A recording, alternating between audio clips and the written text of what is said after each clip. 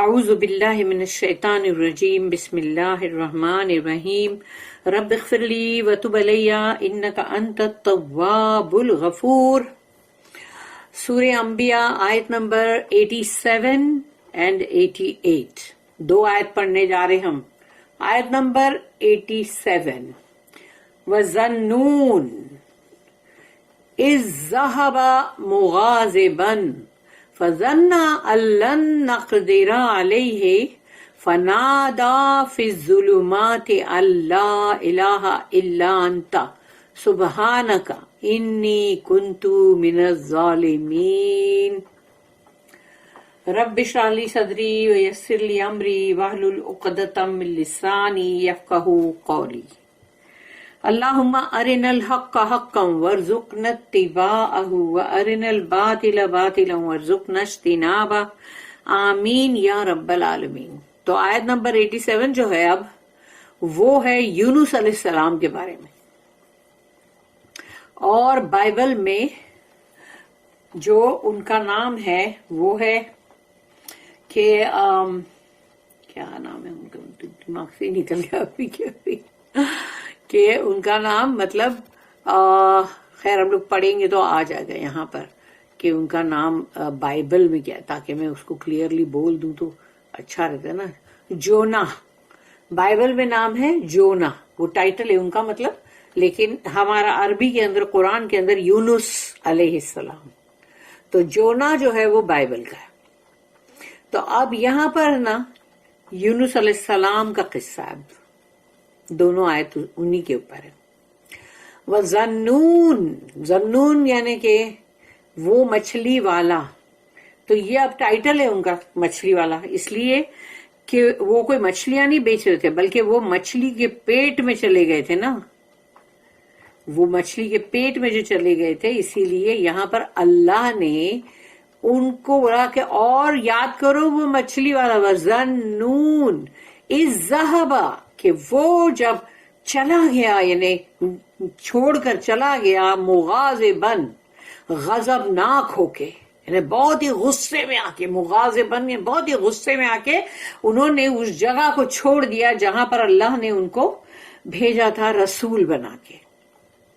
تو وہ وہاں پر جب پریچنگ کر رہے تھے اور جب لوگ جو ہے وہ نہیں سن رہے تھے اور وہ بولتے چلے جا رہے تھے، بولتے چلے جا رہے تھے، نہیں سنے لوگوں نے، تو وہ غصے میں نکل گئے. انہوں نے اللہ کے حکم کا انتظار نہیں کیا کہ اللہ نے جب ان کو یہ کہتا کہ اب آپ یہاں سے نکل جاؤ. جیسے رسول اللہ صلی اللہ علیہ وسلم جو ہے وہ اور حضرت ابو بکر صدیق ان کا ساتھ دینے کے لیے رکے رہے، اور جتنے سب لوگ جو تھے وہ ہجرت کر کر کے جا رہے تھے مدینہ، کچھ ایتھوپیا کچھ مدینہ. اور رسول اللہ صلی اللہ علیہ وسلم وہاں سے نہیں ہٹے جب تک کہ وہاں سے ان کو مطلب اسپیشل جو اللہ کی طرف سے حکم آتا ہے، ایکسپریس کال آتی ہے، تب ہی وہ وہاں سے نکلے جب اللہ کا حکم آیا کہ اب آپ ہجرت کرو. مگر اللہ کے رسول کے بغیر تو نہیں، مطلب اللہ کے رسول کو اللہ کے حکم کے بغیر نہیں نکلنا ہے. تو تم مطلب نکل گئے، لیکن اس کا مطلب یہ نہیں ہے کہ وہ اللہ کے پاور کو کچھ کم سمجھے یا ایسا کچھ نہیں ہے. وہ اتنے غصے میں آگے تھے کہ نکل گئے وہاں سے. وَظَنُّونِ إِذْ ذَهَبَ مُغَاضِبًا فَظَنَّ، تو کیا انہوں نے یہ سوچا، اللہ کہتا ہے أَلَّن نَّقْدِرَ عَلَيْهِ، کہ ہم اس پہ قادر نہیں ہو سکیں گے، ہمارا کوئی پاور نہیں ہے کیا اس پر. مگر ایسی کوئی بات نہیں ہے، اللہ کا سٹائل ہے بولنے کا، لیکن وہ کبھی ایسا نہیں سوچ سکتے کہ اللہ کا کوئی پاور نہیں ہے مجھ پر. تو یہ اللہ نے یہاں پر ہم کو بھی بتانے کے لیے کہ یہ بات کبھی سوچنا نہیں کہ اللہ کا پاور نہیں ہے ہم پر. آف کورس ہے، جب ہم کوئی بھی غلط بھی کریں گے تو یہ کبھی مت سوچنا کہ اللہ کا کوئی پاور ہم پہ نہیں ہے.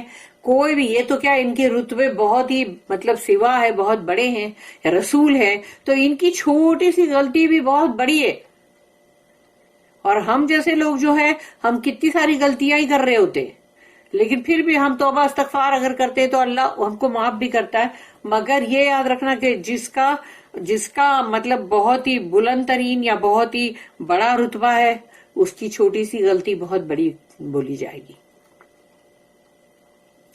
تو اللہ نے اب کہا فَظَنَّ أَن لَّن نَّقْدِرَ عَلَيْهِ، تو کیا انہوں نے یہ سوچا تھا کہ ہمارا ان کے پر کوئی پاور نہیں ہے؟ بالکل نہیں، ایسا وہ نہیں سوچ سکتے. اللہ کا یہ بولنے کا ایک سٹائل ہے. انی، تو یہاں پر ہے، یہاں کہا گیا کہ فنادا، تو پکارا پھر انہوں نے. اب اس کا مطلب یہ ہے کہ جیسی مچھلی کے پیٹ میں وہ چلے گئے، مچھلی کو حکم ہوا کہ بھئی ان کو جہاز میں سے جب پھینکا جائے تو نگل لو، اور اس نے نگل لی.